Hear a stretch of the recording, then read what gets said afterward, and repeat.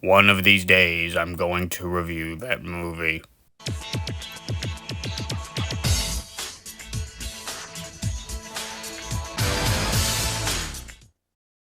Hey guys, Hayden here, and what the fuck? Why am I 3D now? I did not consent to that change! Ignoring that bullshit that now pisses me off. Merry Christmas! This year sucked.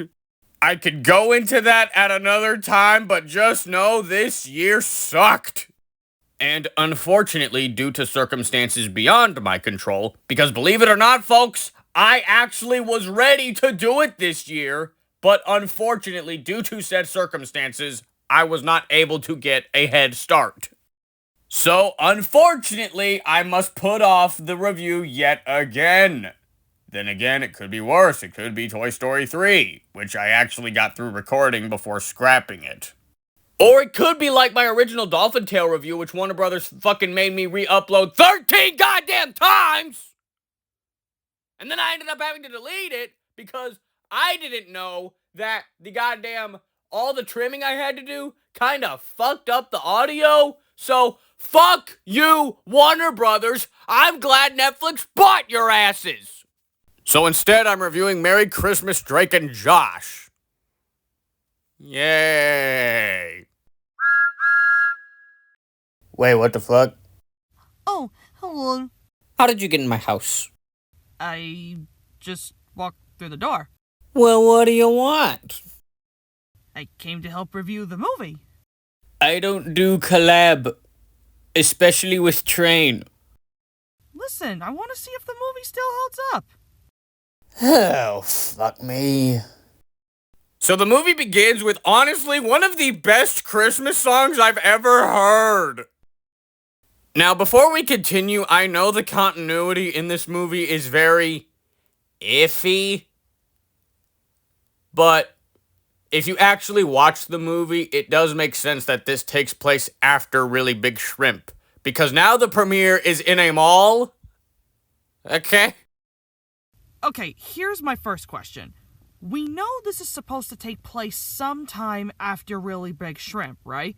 So my question here is, where did Helen get the money to place the premiere in a mall of all places?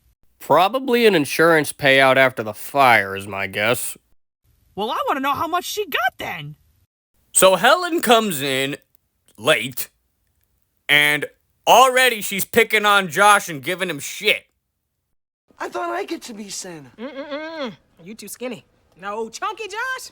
He'd have made a fine Santa Claus. You know, part of me wants to believe that that's true.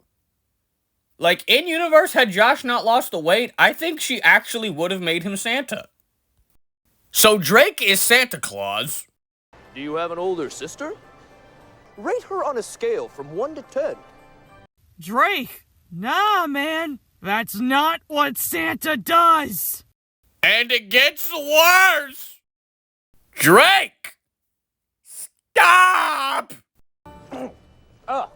And that's for being such a good girl this year. Thank you, Santa. So then we get the best rendition of Jingle Bells ever. Can't tell you how many times I play this version on loop every single Christmas. It's a freaking bop.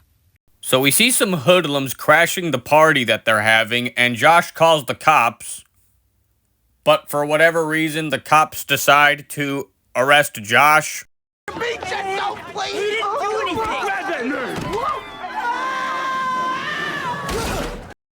Okay, first of all, Josh should be paralyzed now.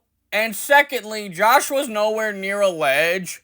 How hard did that cop shove him? Now this is where I have major questions.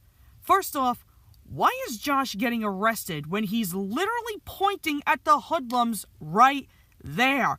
The cops must be blind or something. And the one guy knocks the hell out of Craig, pushing Josh off the ledge.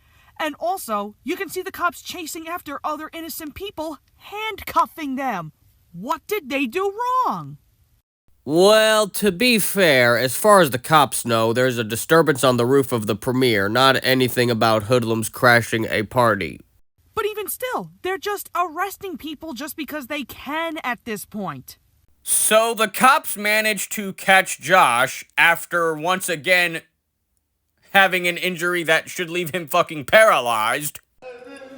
Do anything. This jumper itches me. You don't care. Where are you going?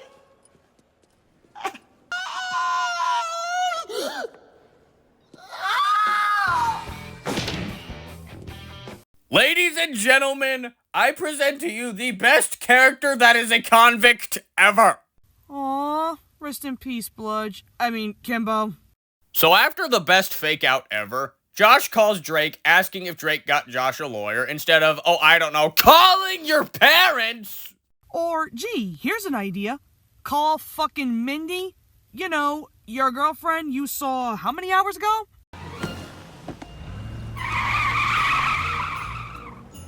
This is why you shouldn't have called Drake, you idiot. So after Drake hangs up on Josh, we're introduced to quite possibly the best character in the movie. Here's my address. I'm Mary Alice. You promised my family would have the best Christmas ever. And I know you'll do it, because you made a Christmas promise. Everybody knows you can't break a Christmas promise. Well, you can't. And our foster mom got sick and she's in the hospital now. And our foster dad said that sometimes Santa can't come to all the houses in the world. I'm gonna fix this. Yes, he is, baby girl. Don't you worry. Mary Alice. What am I gonna do? I don't know. What are you gonna do? I don't know! See, now this is where I have to bring up the character development argument. I'm more so referring to that of Drake. Bearing in mind, throughout the entire show, his character has been nothing but a conceited, selfish prick. But here, even though he still has those dickish moments, because it's typical Drake, this moment, right here, is when you know he's not fooling. He really wants to make Mary Alice happy. Now I ask, would the selfish Drake we know do this for anyone else? So after literal dumb fucking luck, Drake tries to break Josh out, which, hang on, how the fuck did Drake know which wall to break the hole in? Yeah, let's think about that for a second. Drake, the man who can't even spell his own name correctly, managed to somehow break into a federal prison without the guards seeing him and just knew where the hell to find Josh? Yeah, someone's getting fired here. So after getting caught, we see that Stanley Yelnats III apparently has a side gig as a judge? And yeah, apparently Helen is their lawyer, but she's not a licensed attorney, but yet she's not arrested? Is that some of your business? No. I'm just... Watch your mouth, boy. Okay. Which in turn would make you equally responsible for breaking a Christmas promise to a bright-eyed little girl who's sweet like sugar and smells like shampoo. I gotta know how many takes that line took. Yeah! You can't break a Christmas promise! Order! Crazy Steve, That's your honor! could I ask you to use your inside voice? I take special vitamins! The cow goes moo! I was trapped in a refrigerator! Also, why the fuck is Crazy Steve here? Oh, I know. Comedic relief. Drake Parker, Josh Nichols, since your records show no prior violations of the law, I will not put you in jail this time. Does anyone not remember the Gary Grill incident? I have a butt. He said he had a butt. Shut up. God damn it, that joke is just too good to not laugh at. So Judge Winkler tells the boys if they don't give Mary Alice and her foster family the best Christmas ever, they're gonna go back to jail, which I don't know how the fuck that works. Crazy Steve, am I clear? Why do you need Crazy Steve's opinion? So we're introduced to Officer Gilbert, who arguably is the worst character in this fucking movie. He comes off as the very typical douchey character that, just so miraculously hates Christmas. Like, dude, take the stick out of your ass. So while on the way to Mary Alice's house, we get a Mrs. Hafer cameo, and Officer Gilbert gives them probably the only valid ticket he'll give them in this entire goddamn movie. So the boys get to Mary Alice's house and we're introduced to my spirit animal, autistic as fuck, Zigbee, Violet and Lily, who love, and I mean love, arguing with each other. Trey, who is also kind of my spirit animal, who instead of autistic as fuck, is ADHD as fuck. And Luke, who arguably I think has the saddest backstory if you read into it, actually. So now that we're acquainted with the rest of the kids, here are my thoughts on each. Violet and Lily come off as the typical siblings who fight even over the dumbest shit. Not gonna lie, that kinda reminds me of when my sister and I used to fight like that. Trey, while I think he means well, is a bit too full of himself. A little too sarcastic for my liking, and a little rude. Zigbee is just Zigbee. And Luke seems to be like he has some kind of trust issues. It's actually no wonder why these kids never went very far in the system. But Mary Alice? What's wrong with her? This little girl poses some kind of a problem? I'm sorry, what? So Josh tries to have the kids make cookies, but Trey, being ADHD as fuck... I could do that all day. I mean, it's easy, it's comical, Trey. it's free. That's great. Which then gives us this line, which out of context sounds so bad. Never put your finger in me again. And Officer Gilbert, being the worst character in the movie, pays a couple thugs to jump Drake and Josh, take their clothes, and Gilbert tows Drake's fucking car. Again, more questions. It's his job as a parole officer to make sure the boys are doing what they're told. Which they are. So why is he intentionally sabotaging them? Doesn't this violate some kind of laws here? In fact, if Drake and Josh were smart enough, they'd ring up the courts and tell the judge that Officer Dickhead is preventing them what they were sentenced to do. And let's not pretend why this scene of the boys are bare-ass naked is also not some kind of weird-ass fetish here. So after enlisting Megan to help them get Perry off their backs, which, yeah, his first name is Perry, but whatever the fuck, I don't care. Anyway, after that, the boys go to a forest to have the kids actually cut down a tree that they could use for a Christmas tree, but of course shit goes wrong. Where'd that come from? Okay, how the hell did Zigbee get up that damn tree so fast? Zigbee! Wait, what? Now how did he get down so fast? I'm confused.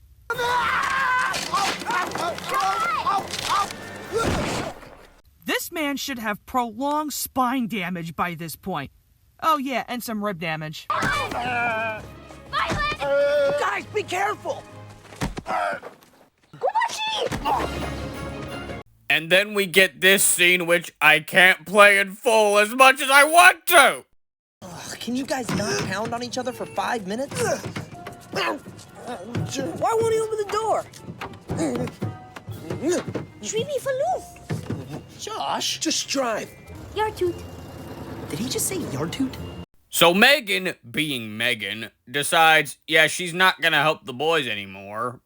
For no reason. You lie, and I take a shoe in the nipple. So next on their agenda, the boys actually want to take the kids Christmas caroling, including Luke. Which, yeah, I'm surprised they're even trying to get Luke involved, because, well, dude's been kind of a prick.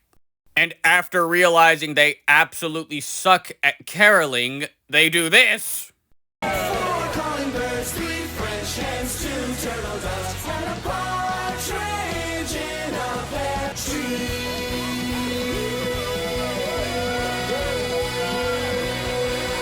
Why is this not available for download? Oh, look who decided to show the hell up again. What could possibly be wrong this time? Probably that one Karen that filed a noise complaint. So we get Officer Gilbert's backstory where he got a monkey for Christmas, it beat him up, and it pissed on him. Not gonna lie, this backstory is kind of weak. All this hatred towards Christmas over a misbehaved monkey? Are you serious? And I have to point this out too. Considering what we know, you can't tell me that the child playing Perry wasn't again some kind of fucked up fetish Snyder just had to throw in there. That's now, what, 2 innuendos pointed out? And if I may, there's a third. Look at this scene with Audrey and Walter. He opens up a coconut with a lobster and it splashes her. Now, you can't convince me otherwise that this isn't some kind of a cum joke. And of course, the lobster now dangling from Walter's jingle bells is the very obvious dick joke because, funny comedy. Snyder, you are one fucked up dude. And here I was trying to keep their scenes out of the review as much as possible. So Drake and Josh decide to have the kids sing in the Christmas parade, and they actually got a fucking float. I gotta wonder, how much did that cost them? Wait, didn't Josh say they had no money? We have no money. We have no money. We have no money. And then we get the biggest misstep in this entire goddamn movie. Officer Gilbert has crazy fucking Steve tell the kids that Drake and Josh have to give them the best Christmas or they go back to jail. Now, I understand the intent. You know, they wanted to add some stakes. But let me point something out real quick. You just, and I mean just, made us feel sorry for this motherfucker, and now you have him go and do that shit? Like, you genuinely attempted to make us feel sorry for the villain of the movie, and then he goes and does that fucking shit? I don't fucking feel sorry for him no more. You know what they should have fucking done? Have him fuck up the parade, then give him the fucking backstory, so then maybe, just maybe I would try to feel sorry for him? But the way the movie did it, I don't fucking feel sorry for him no more. I used to feel so heartbroken during this scene, but now it's hard for me to feel anything but anger. Everything in this one scene is my biggest problem with the movie. So they arrive at the parade all excited, ready to go. Gilbert's in the back, stalking his prey, brings over Crazy Steve to remind Drake and Josh of their mission. What do you think they're doing, asshole? You can clearly see they're not goofing around. And besides the kids not knowing about the vote ahead of time, they weren't supposed to know anything about the court order. But of course, leave it to Crazy Steve to just come in and fuck everything up. The way everything plays off in this scene absolutely sucks. You took a sample of our time to try and make us feel sorry for Perry, only to have us instantly hate him again. By this point, he shouldn't get anything for Christmas. Dude is a corrupt cop, point blank. And oh yeah, because the kids now know about the vote, they don't want to fucking do shit with Drake and Josh no more. Thanks, Officer Fuckass! So after getting home... I still want to keep my promise. When have you ever worried about keeping a promise? I want to keep this one. That right there!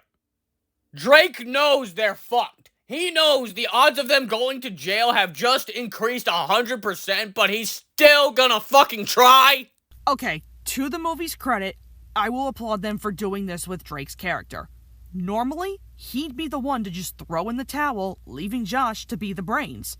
But here, even though Drake knows by this point they failed their mission, he still wants to try and make it right. Again, character development. When would Drake ever consider doing this for anyone else? Sure, he's done similar things like this for Josh in the show, but that's brotherly love. This is for a little girl he doesn't even know and just wants her and her family to be happy. So Officer Fuckass gets a new monkey, which, again, I don't fucking feel sorry for the son of a bitch. I hate how sweet this is because I'm still kind of pissed off at this guy. Okay, as sweet as this scene is, I'll give the movie credit. It tried. However, in the long run, knowing what we know, it's hard for me personally to feel anything because Perry is a dick. I honestly have no feelings towards any of this. So the boys try to make it snow at Mary Alice's house and fail miserably. That's not snow! That's ice!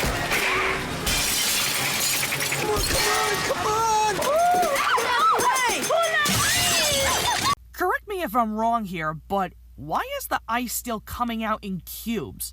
The wood chipper should be breaking it down, albeit probably sharper shards, which is even more dangerous. Yeah, nice try, boys. Mary Alice! Get out of the way! Go! That right there! Can I just say this real quick?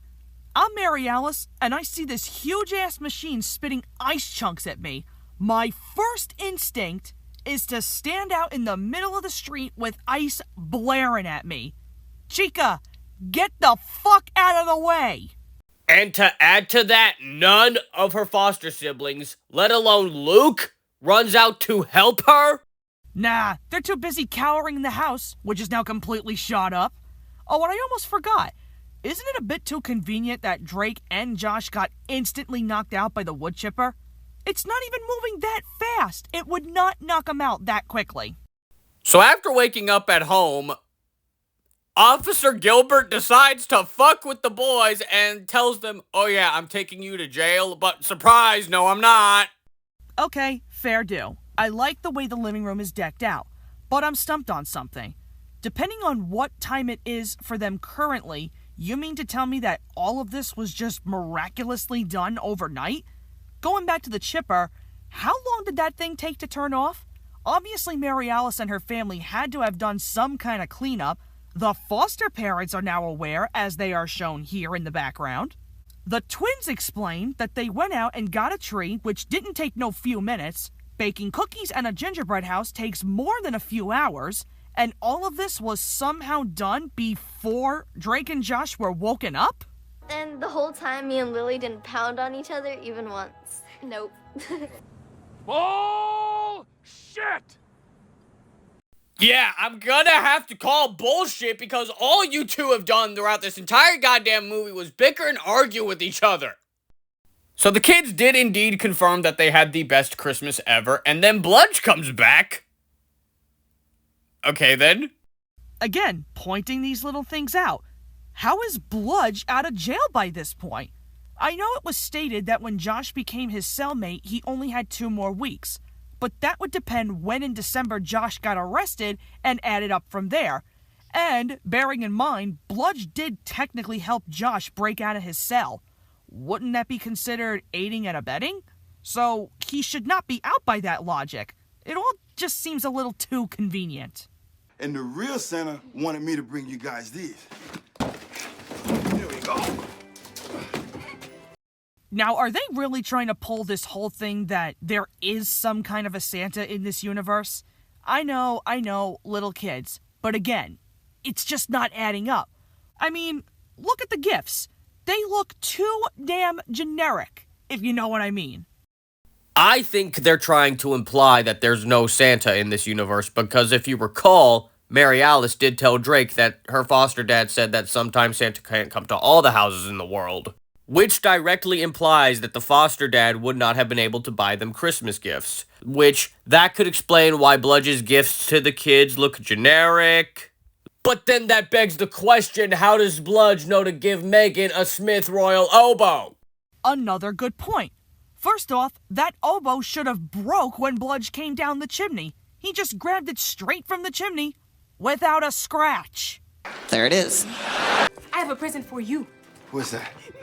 Hey, hold it. Helen, you just met this man and just learned that he is fresh out of jail and your first idea is to want to fuck him? What? Isn't it obvious, Hayden? She's just horny for the jailbirds. She just likes me for my body. So Crazy Steve uses cheese to make it snow. Okay, that's creative. You couldn't have used actual fake snow? You know, just a thought. And the movie ends on an actually pretty happy note. I'm gonna get you, Nichols! Bring it, Parker! Wow, I genuinely remember this movie a lot more fondly.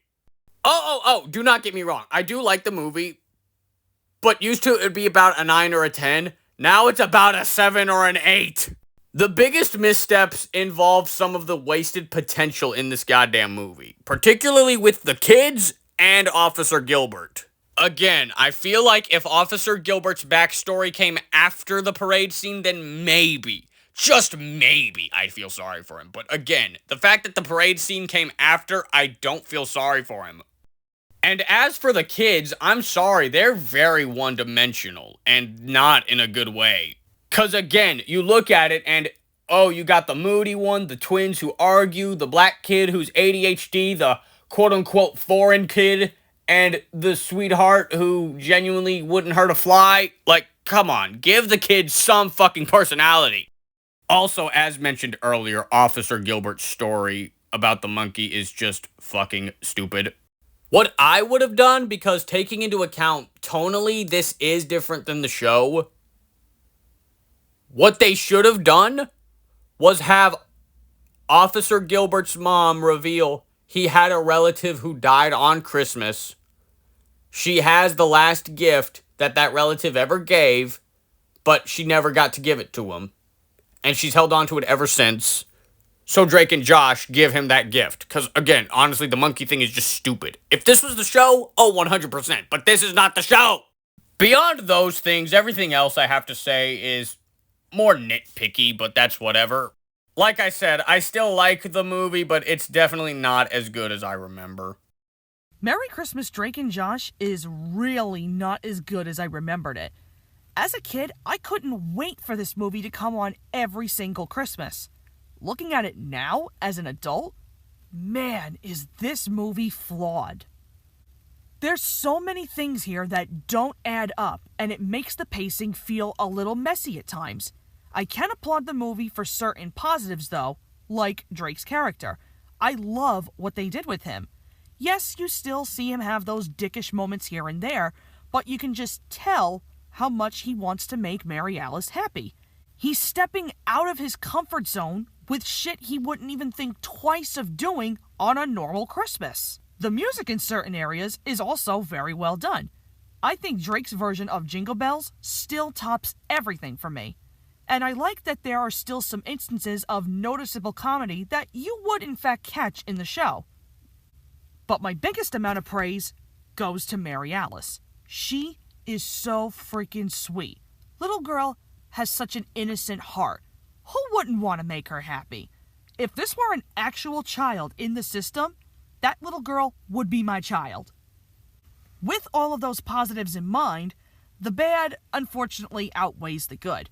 Certain plot points don't make any sense, like Josh getting arrested just to move the story along, or the most aggravating scene in the movie trying to build up some sense of tension but fails miserably at it. Most of the characters are pretty annoying too. I don't really feel anything that much for the kids. Josh too, in some areas, I was also not the biggest fan of, which is bizarre because normally I find him very funny. But my biggest gripe is towards Officer Gilbert, who even with this attempt at his redemption is done very poorly. I think his backstory would have worked much better if they extended the parade scene to where the kids were happy and things are starting to go right. Crazy Steve blows the whole plan up. Mary Alice sees that her world is crumbling right before her eyes. That's when you bring in Perry's backstory and go from there. You see, folks? That's how you build tension and play with emotion. Perry's redemption would have been redeemable. Take notes, Nickelodeon. But yeah, I cannot believe how much my opinions have changed so drastically for this movie. It's sitting at about a 4, maybe a 5 for me. Not what I would call a timeless Christmas classic, let alone a good ending to Drake and Josh as a whole. Okay, that's enough out of you. But with all that said, I think I'm gonna wrap it up, and until next time, Hayden is out. Peace.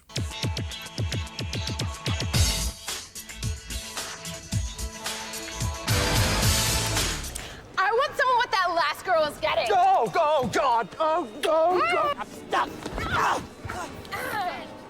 I'm not done with you, Santa! Whose dream is it to fuck Santa Claus? And I do not want actual answers!